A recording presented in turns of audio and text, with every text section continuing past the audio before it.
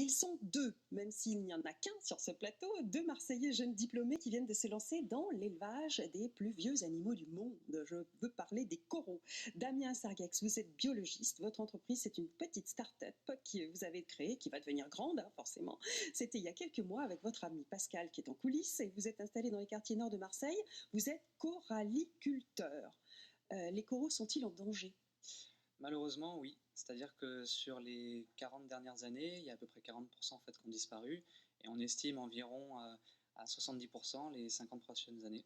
Alors vous avez décidé d'en élever, vous, ça. dans vos aquariums, où on élève des coraux comme on élève des poules, sauf que c'est un peu plus compliqué. Voilà, c'est un élevage qui est différent. Donc en fait, on doit recréer en fait artificiellement le milieu naturel, donc par des éclairages, un brassage, des petits animaux qui vont être là pour nettoyer, stimuler les coraux. Donc ça va être des poissons, des étoiles de mer et essentiellement après voilà, il y a de l'éclairage qu'on voit sur votre reportage à LED qu'on arrive à recontrôler, des passages nuageux, vraiment pour se calquer au plus près. Vous avez même le GPS. C'est ça, c'est-à-dire que la majorité de nos animaux en fait viennent d'Australie ou d'Indonésie. Ouais. C'est là où vous avez la plus grande en fait diversité en termes d'espèces. D'accord. En Indonésie, on estime environ à 65 genres de coraux, ce qui couvre entre 800 à 1000 espèces. Et donc, grâce à ces rampes, on arrive à se connecter via un point GPS pour recréer exactement en conditions instantanées des passages nuageux, des éclairs, des phases de tempête, des simulations d'aurore et de crépuscule, et ce qui a un impact donc sur la croissance des coraux. C'est vrai, c'est extraordinaire ça, hein, Isabelle? Et ça marche. Après, bon là, pour l'instant, c'est un petit peu c'est la bonne question. Mais on a déjà bien sûr des phases de croissance, donc après, on est plutôt optimiste justement sur ça. Ça paraît compliqué, hein. Alors voilà, vous faites donc des bouturages, comme on fait du bouturage de fleurs, et vous obtenez des bébés coraux. Voilà, exactement. Alors après, il y a différentes techniques de bouturage en fonction des coraux, soit des coraux durs, des coraux mous. Et vous avez les deux, vous. Voilà, on a les deux. Vraiment, on a vraiment un large panel d'espèces. Donc après, voilà, en fonction des espèces, il y a des techniques différentes. Bien. Alors, vos clients, évidemment, les animaleries. C'est ça. Mais pas seulement, et c'est là que c'est intéressant. Bon, l'ornement, c'est bien. Et puis, comme ça évite d'aller les chercher au fond de la mer. C'est ça, c'est le but. C'est déjà le premier but. En fait, de l'élevage, en fait. C'est-à-dire qu'il y a à peu près 95% en fait, des espèces maritimes qui sont prélevées.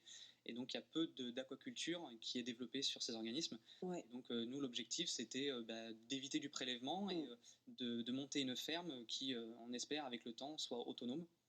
Voilà, pour minimiser l'impact sur le milieu naturel. Bien sûr. Et puis d'autres objectifs, c'est faire aussi avancer la génétique. Exactement. Donc après, les débouchés qu'on a, donc ça c'est les projets qu'on souhaite développer, ça va être de la génétique, parce que c'est des organismes qui ne vieillissent pas.